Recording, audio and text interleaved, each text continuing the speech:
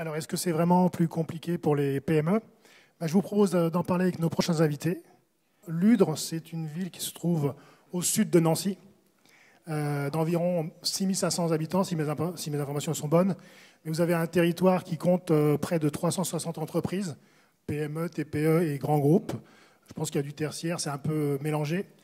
Et donc, il y a plus d'emplois sur votre territoire que d'habitants.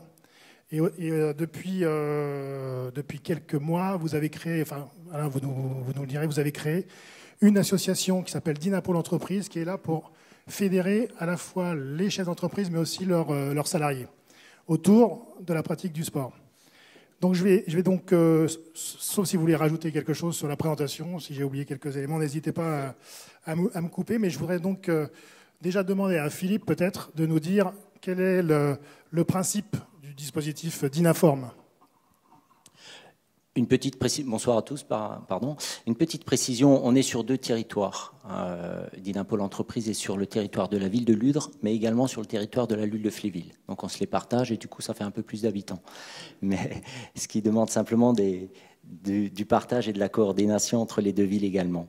Le projet de Dinaform, c'est quoi? C'est simplement proposer de l'activité physique et sportive pour les salariés de la zone industrielle, et non pas une entreprise, de la zone industrielle, donc les 350 entreprises, mais également les agents territoriaux des deux communes, Ludre et Fléville. Donc il y a un partage du projet pour favoriser bien sûr la santé et le bien-être des salariés, et prioritairement les publics qui sont le plus éloignés de la pratique, parce que ceux qui font déjà du sport, c'est bien, on les accueille, mais ce qui nous intéresse, c'est surtout le public qui ne pratique pas, qui a éventuellement des pathologies, etc.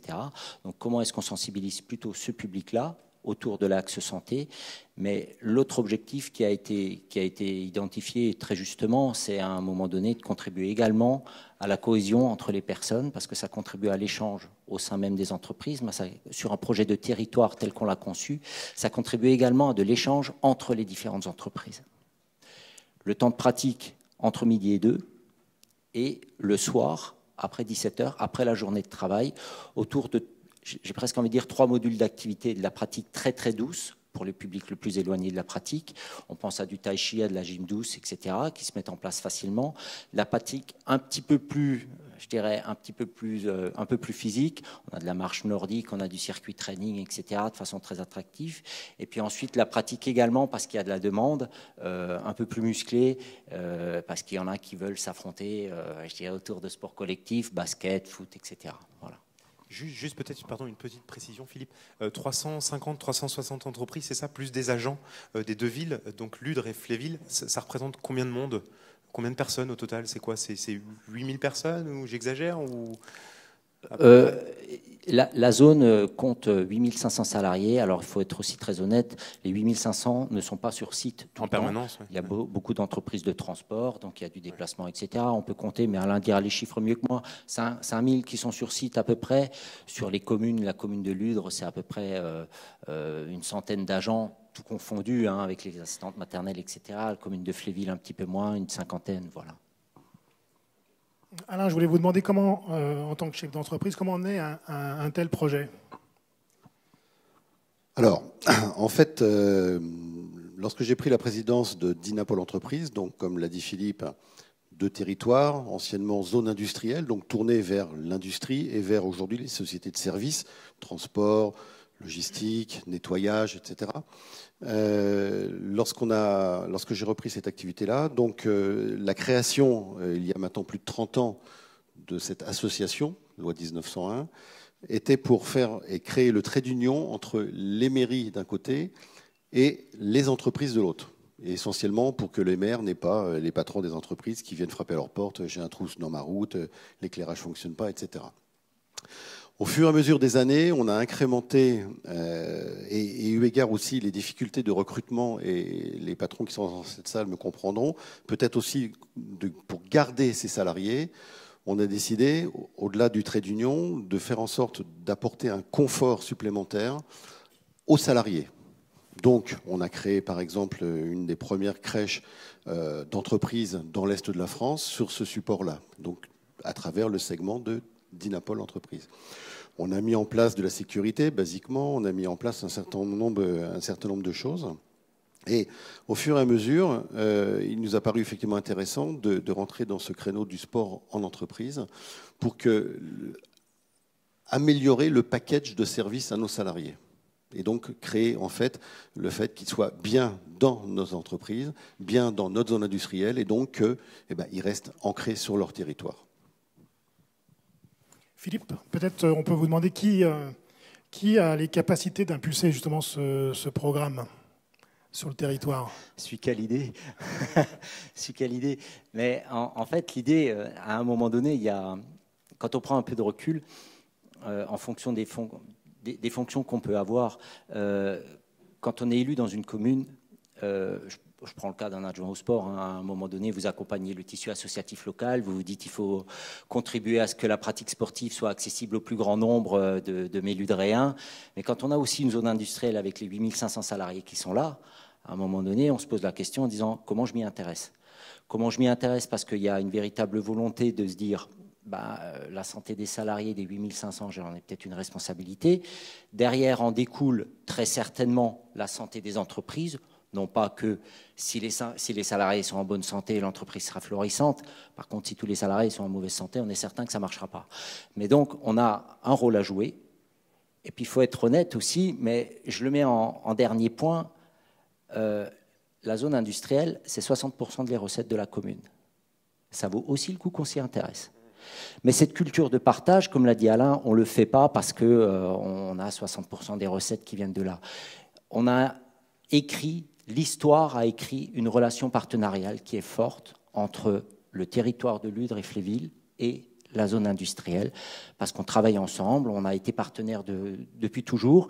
Et du coup, ce projet d'activité physique et sportive, il est là pour dire, OK, santé des salariés en premier temps, santé des entreprises, attractivité du territoire également, quoi. Alain, je voulais vous demander aussi quelles sont, d'un point de vue de l'association, les parties prenantes, comment ça marche? Alors, ce qu'il faut comprendre aussi, je complète peut-être un tout petit peu la réponse de Philippe, c'est qu'en fait, pour que vous compreniez bien, c'est que nous avons décidé d'être, nous, l'association, le porteur du projet. Tout à l'heure, j'ai apprécié le discours de la CGPME, ou votre discours à vous, qui disait, oui, mais la salle de sport au 6e étage dont on parle, oui, ben nous, nos entreprises, les petites entreprises dont on parle aujourd'hui, à Ludre, aujourd'hui, l'entreprise la plus importante doit compter 500 salariés. La plus petite, 1, bien évidemment, et il y a beaucoup de 1. Donc, en fait, on a décidé, nous, d'être porteurs de ce projet. C'est nous, l'association, qui offrons la possibilité, c'est nous qui sommes le générateur de l'animation, c'est nous qui portons et qui proposons aux salariés de prendre en compte. Alors, du coup, j'ai oublié la question. Non, je voulais vous demander comment...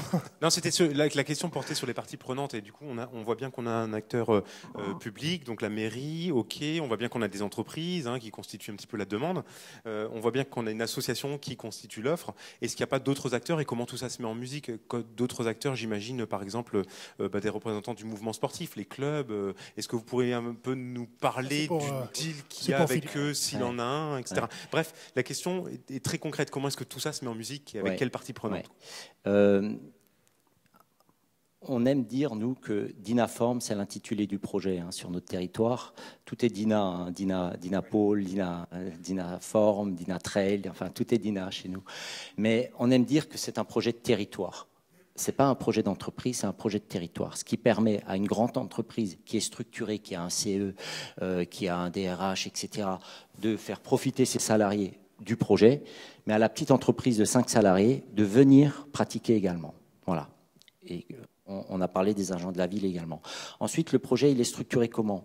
Il y a un noyau dur pour faire vivre le projet, c'est indéniable. C'est ce binôme ou trinôme qu'on a avec le président du Dynapôle, avec les collectivités, avec la FFSE qui nous met à disposition un service civique pour animer le projet. C'est aussi un gage de réussite du projet parce que si vous n'avez pas un interlocuteur, Alain n'est pas tout le temps sur le site, moi je ne suis pas tout le temps sur le site, et s'il n'y a pas un interlocuteur qui est attractif, qui est communicant, qui est tout le temps le lien avec le projet, ça ne prend pas, ça ne marche pas, quoi.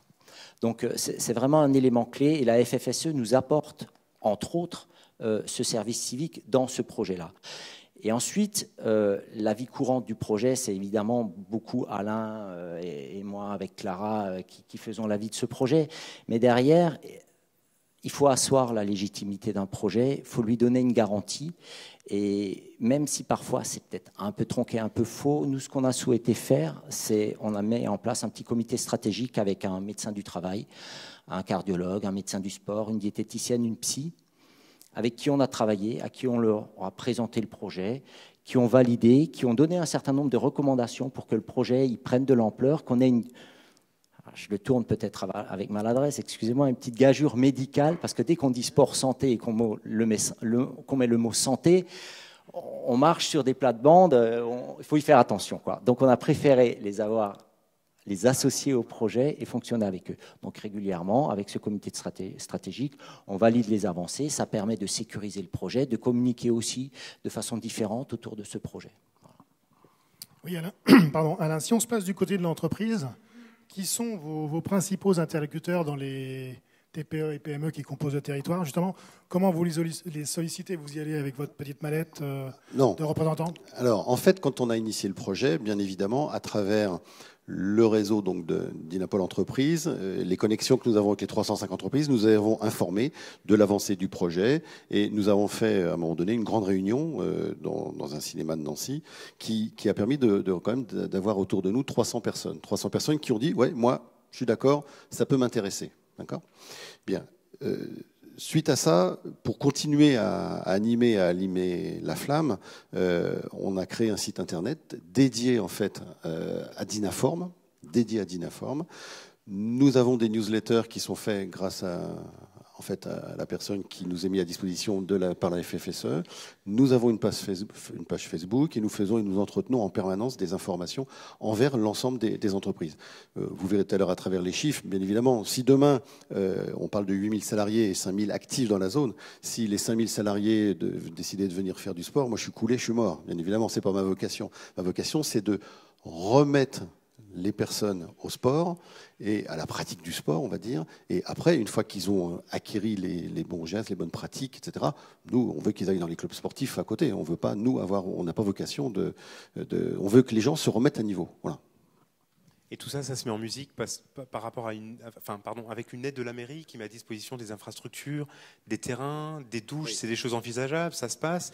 Et oui. le mouvement sportif là-dedans, est-ce qu'il y a des clubs qui mettent aussi à disposition des infrastructures, des coachs? Alors, en fait, dernier élément que j'allais oublier aussi, on a fait un film qui explique comment nous faisons, ce que nous faisons, pourquoi nous le faisons, grâce là aussi à l'apport et à la contribution de la FFSE que vous pouvez trouver sur tous les réseaux.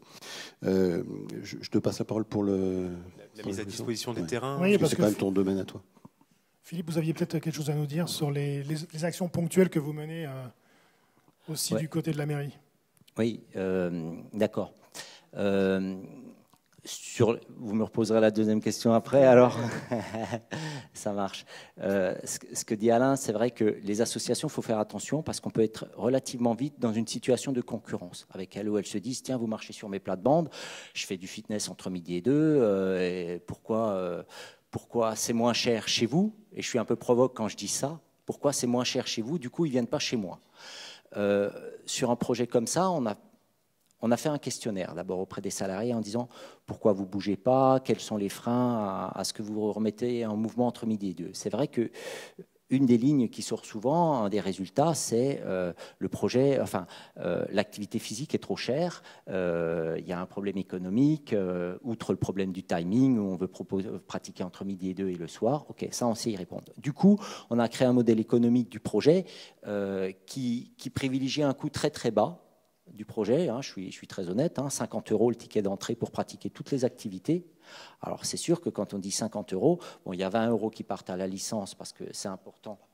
Par an, oui, pardon. Par an, pardon. Oui. Ouais. Pas par jour. On est en banlieue nancienne, on n'est pas sur Paris. Il y a 20 € qui partent pour la licence, bien évidemment. Ça permet à chacun de pratiquer de façon sécurisée. Et ensuite, il y a 30 € pour faire vivre le projet. C'est insuffisant pour équilibrer le budget d'un projet comme ça. C'est insuffisant. Donc on s'est entouré d'un certain nombre de partenaires privés. Il y a une mutuelle, il y a une banque, il y a un équipementier, il y a un transporteur, je dirais, d'énergie qui accompagne financièrement le projet pour au moins sur 3 ans être incitatif et le lancer. Pour que derrière, on puisse se dire, voilà, progressivement, le projet doit devenir autonome dans son financement. Mais on essaye aussi d'expliquer aux gens que l'idée n'est pas de rester sur le projet d'Inaform pendant 5 ans. Ce n'est pas l'objectif. On est là pour remettre les gens en mouvement, leur redonner confiance. S'ils se sentent bien, quand ça va mieux, il faut qu'ils partent vers les clubs. Et c'est là qu'il y a les clubs locaux qui sont un relais, je dirais, de partenaires, parce que certains interviennent ponctuellement dans des manifestations pour qu'elles soient identifiées, mais elles sont très très peu partie prenante du projet directement en matière d'animation. C'est-à-dire qu'on a embauché des éducateurs en direct. Donc le projet est animé par des éducateurs de Dinaform et non pas en partenariat avec des clubs locaux. Voilà. Voilà. Le club local, c'est dans un deuxième temps, quoi. Et le club local, on l'associe, on a parlé, alors j'en viens à votre deuxième question en disant, est-ce qu'il y a des actions ponctuelles ? Un projet, il faut qu'il vive. Malgré toute la structuration qu'on essaie de mettre en place et toute l'énergie qu'on y met sur la communication, c'est incroyable. 1 an après, il y a encore des entreprises de la zone qui nous disent « c'est quoi Dinaform, je ne connais pas ». Alors qu'on a l'impression d'avoir labouré le terrain au niveau communication en se disant « c'est pas possible qu'ils ne puissent pas connaître le terrain, le projet ». Donc on essaye aussi de ponctuer l'année avec des temps forts pour que ceux qui ne sont pas dans le projet puissent l'intégrer autour de temps forts. La semaine prochaine, par exemple, non, vendredi, on voulait le faire mercredi, la journée de la femme, c'est mercredi, on organise les fées du sport. Alors, c'est vrai que le projet, mais on y arrivera quand on parlera du bilan, est très féminisé. Il y a beaucoup plus de femmes dans le projet d'Inaform que d'hommes.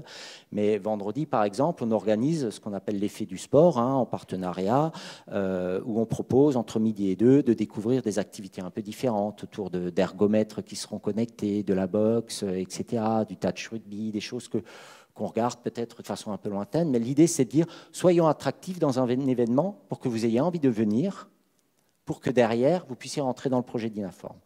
Dans 2-3 mois, alors je le vends parce que je l'adore, le projet, mais on a la chance sur ce territoire d'être en bordure de forêt et puis de longer l'eau également. Du coup, on a d'anciennes voies ferrées qui alimentaient la zone industrielle qu'on a récupérées et elles ont été transformées en parcours. On a un parcours de 3,4 km dans la zone sur lequel on peut courir, on peut marcher, qu'on a appelé Dinatrail du coup, et on va en faire une inauguration un petit peu en grande pompe au mois de juin. Ça devient un espace de pratique pour y faire du footing, pour y faire la marche nordique, mais ça devient aussi un espace de pratique libre sans qu'on soit forcément dans le projet, quoi. Donc dire, c'est une zone, c'est aussi une zone de vie, quoi. C'est aussi une zone de vie, quoi. Oui, Alain, donc merci Philippe. Alain, en préparant cet entretien, on a parlé des spécificités. Il m'a dit, j'aimerais bien faire part de notre volet handicap. Alors, qu'est-ce que vous pouvez nous raconter sur cette question ? Alors, en fait, c'est le monde du handicap qui est venu à nous. Nous avons sur notre Dinapol, on a 2 grosses structures du monde du handicap. Et une d'entre elles est venue nous voir et nous a dit, moi, votre projet, ce que vous faites nous intéresse, mais... comment on fait pour que nos handicapés, certains lourds, puissent pratiquer, etc. Alors bon, on a discuté avec eux. En fait, c'est les APF. Et rapidement, on a convenu que nous mettions, donc toujours nous, porteurs du projet, à disposition une personne, un moniteur de tai chi, qui est capable de s'intégrer, de comprendre le monde du handicap, parce qu'il a déjà travaillé avec. Et donc, cette personne-là va dans l'entreprise pour faire du tai chi sur le temps de travail, parce que là, l'entreprise a accepté que ce soit pris sur le temps de travail, donc quelque part le rend obligatoire, quand même, un petit peu. Et donc, c'est comme ça qu'en fait, on a réussi directement à ce que le monde du handicap nous rejoigne en fait, dans cette dynamique sportive de la pratique du sport. Très bien. Est-ce qu'arrivé à cette heure-là, on peut déjà parler de bilan sur cette période d'expérimentation ? Ça fait quelques mois que vous avez lancé Dinaform. Vous avez quelques chiffres, Philippe? Quelques chiffres, à peu près 120 personnes, 120, 140 personnes qui sont licenciées et qui pratiquent du coup régulièrement sur les différentes activités. Un taux de satisfaction assez sympa parce qu'on leur a demandé est-ce que vous êtes très satisfait, pas satisfait ou pas du tout. Il y a 90% de personnes qui sont satisfaits et très satisfaits du projet parce que ça correspond, les activités correspondent à leurs attentes, parce que les plages horaires de fonctionnement correspondent à ce qu'ils attendent également. Les gens expriment les choses en disant je me sens mieux physiquement, je ne pensais pas que j'étais capable de faire, et là je me sens mieux physiquement, je suis plus en accord avec mon corps. C'est quelque chose qui ressort très très fréquemment. Et l'autre aspect qui ressort, c'est cette notion qui a été bien dite déjà, d'échange qui se met en place. Les gens discutent entre eux, et c'est bon ça, c'est bon quoi, parce que ça casse aussi un peu des clivages. Je ne dis pas que c'est là que les choses se négocient, je n'irai pas jusque-là, mais les gens au sein même de l'entreprise discutent plus facilement, et les gens ils se rendent aussi compte à un moment donné que ce n'est pas forcément plus sympa toujours dans l'entreprise à côté, quoi. Et ça crée des passerelles, ça crée des échanges. Donc ouais, le projet, il est bien. Et on nous dit aussi qu'en matière de retour, que c'est important de garder un coût qui reste mesuré sur le projet pour qu'il reste accessible. Ouais. C'est vrai que l'idée de décloisonnement des frontières et des barrières hiérarchiques, c'est une idée qui est assez récurrente. C'est des choses qu'on voit de manière régulière dans les discours des personnes qu'on rencontre qui s'adonnent à du sport. Et de même que la fluidification de réseaux de communication aussi. Hein, on passe de relations effectives à des relations affectives. Tiens, on se connaît, on se reconnaît, et c'est plus facile le lendemain ou le surlendemain de décrocher le téléphone, demander un service. Les connexions se font beaucoup plus rapidement, quoi. À travers le sport ou à travers d'autres pratiques d'ailleurs. Je vais peut-être poser une question double, enfin la même pour Frédéric et ou Philippe, enfin dans l'ordre que vous voulez. Je voudrais savoir si vous pensez que cette expérience, elle est duplicable. Donc peut-être au niveau de la FFSE, comment tu vois les choses Oui, fédération. Donc moi, mon boulot, c'est de fédérer. Donc je ne vais surtout pas dire que c'est unique et qu'on ne pourra plus jamais le faire. Sinon, il faut que je démissionne. Oui, elle est duplicable. Après, chacune des réalités, chacun des territoires est très différent. Ce qui est particulièrement marquant dans cette expérience-là, quand on la compare à d'autres, c'est la préexistence d'une association d'entreprises qui facilite grandement les choses, parce que cette structure collective avait créé des habitudes de travail ensemble, de partage. Ça, c'est très important. Et puis l'implication de la collectivité, parce que sur ce qui fait la spécificité pour nous quand on intervient dans des grands groupes ou dans des TPE, PME, les gens ont envie de faire la même pratique physique. C'est-à-dire que si on fait du tai chi, ils font du tai chi de la même manière, et puis si on fait du foot, ils font du foot de la même manière. Ce qui est très différent, c'est, on l'a évoqué tout à l'heure, l'installation, la fameuse salle au 6e étage, et particulièrement les quelques outils absolument nécessaires, M. Asselin le rappelait tout à l'heure, du type, il faut des douches, et donc si on les organise avant, c'est mieux. Et quand on travaille avec les collectivités, on a cette possibilité, quand elles s'impliquent, d'avoir des installations qui sont à disposition, même si elles ne sont pas très nombreuses. Je pense à Paris, où on essaye difficilement, mais on parvient à avoir le même type de démarche autour de commerce, PME, etc. On sait peu, mais à Paris, par exemple, les stades ouvrent les vestiaires assez facilement à tout public pour qu'il y ait une pratique sportive. Pas tous les stades, pas partout, pas à toutes les heures, mais ça existe. Donc il faut arriver à trouver ces moyens-là. Et puis ensuite, oui, parce que ce désir dans des entreprises de développer une activité physique existe et se développe très régulièrement, de manière continue. On l'a entendu dans le discours du patron de la CPME. Je ne sais pas s'il y a 10 ans, le patron de la CPME aurait tenu le même discours. On sent bien qu'il y a une vague là qui n'est pas forcément un tsunami, mais enfin qui emporte quand même pas mal de monde. Donc l'attente y est. L'implication des collectivités est importante. Et puis... il y a aussi une saturation des clubs, c'est ce qui est évoqué. Nous, on essaye de travailler au maximum avec les clubs locaux, sauf qu'il y a aussi des problèmes de saturation, il y a des problèmes de disponibilité. Et donc, trouver des modèles qui sont un investissement à moyen terme pour les clubs, c'est aussi quelque chose d'important. Donc oui, c'est duplicable. Après, il y a des gens qui ont un tout petit peu... Alors évidemment, je vais vendre ma fédé, qui ont un petit peu d'habitude, d'expérience et de capacité à comparer, qui facilitent la tâche. Je crois qu'au départ aussi, notre implication, elle était de contribuer à l'écriture du projet. de construire des outils. On a parlé de l'enquête, la première enquête sur laquelle on a pas mal collaboré, questionnaire, et puis quelques moyens avec les moyens qui sont les nôtres. Et justement, pardon Philippe, est-ce que vous considérez que vous êtes un peu un laboratoire Ludre? Est-ce qu'il y a des gens qui viennent vous voir, qui disent tiens comment ça marche chez vous? On va bien essayer de transposer ça ailleurs. Ouais, c'est vrai que on est un peu sollicité pour en parler. On est un peu sollicité, mais c'est parce que venu, alors. Ouais, voilà, c'est des occasions comme ça qui donnent. On a vu avant PepSport. Suite à PepSport, il y a des contacts qui nous passent un coup de fil. Comment tu fais? Où sont les freins? Quels sont vraiment les gages de réussite du projet? Et on le partage. On n'est pas là pour faire quelque chose en vase clos. Si on peut le partager avec les autres et que ça génère des initiatives, il faut le faire. Et la question, elle était, est-ce que c'est duplicable? J'ai envie de dire oui, c'est duplicable. Et je vais vous en démontrer vraiment l'existence territoriale. Sur le territoire de Nancy, on est dans la même logique. On a, pour ceux qui connaissent la très belle ville de Nancy, on a le parc de la Pépinière, juste derrière la place Stanislas, qui est un lieu de pratique conviviale. On peut courir. Et il y a aussi un gymnase.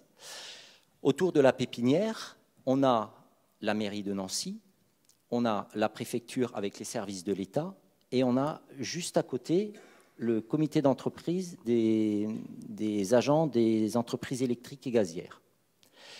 On a fait un réseau d'acteurs avec eux en disant on est sur le même territoire tous les trois, on a le même enjeu, c'est-à-dire proposer de l'activité physique à des fins de santé pour nos salariés. Est-ce qu'on fait quelque chose ensemble?